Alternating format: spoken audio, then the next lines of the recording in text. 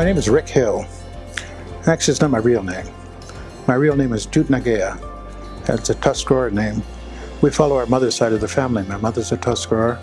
My father's a Mohawk from Six Nations. And I kind of grew up as a man without a country. My dad left our community when I was very young.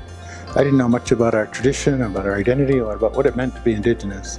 Fortunately, I got on a path of self-discovery about 1970, and I've been working at it ever since.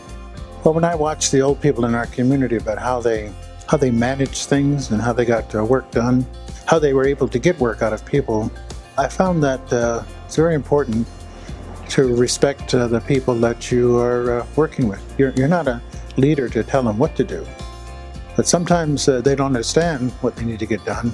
So your job is to help them understand the nature of what it is, whatever it is you're doing. Whether you're in an art studio or the video studio or building a building or trying to rebuild a community. And I also believe, and this is what our ancestors said, that everybody has this core gift. Everybody has something they bring to the table. So if you overlook somebody, you could be ignoring an essential skill necessary. Our job is, as your hair gets grayer, is to find out what does everybody bring to the table and then try to help them maximize that, because it's this collective that has to survive. So our idea here is that we're going to help build the capacity of our community to be Indigenous, and that takes everybody. If you had seen me when I was young, I was so shy, so afraid to speak, so afraid to tell people the thoughts that I had in my head. But I was an artist, and even though I couldn't talk to people or in front of people, I could let this creative energy flow and put it into my artwork. And I think that actually helped me, because then growing up, people would always acknowledge my artistic achievement and come up and want to congratulate me, but also talk about that. And so it really was through art that I was able to find a way to talk to people about sometimes the intangible things of life.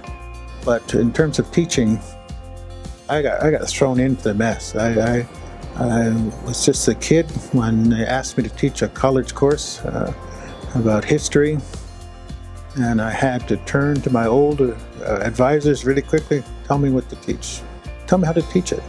And I watched these old people, how they speak. I used to watch these old AIM leaders, and I learned very quickly how to deliver a profound message.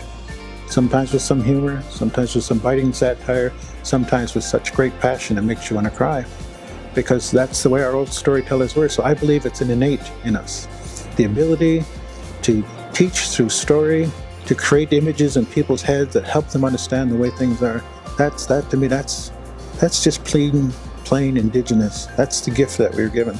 We are gifted not only with an ability, but a responsibility. And so I just take that serious, and I think that helps me in what I do. And then, tell you the truth, I live such a great life and have such great experiences. So I try to speak from the heart about what I've actually experienced, not just what I read or what I hear somebody else experience. Because to me, that's what'll make it come alive in the mind of the people you're talking with.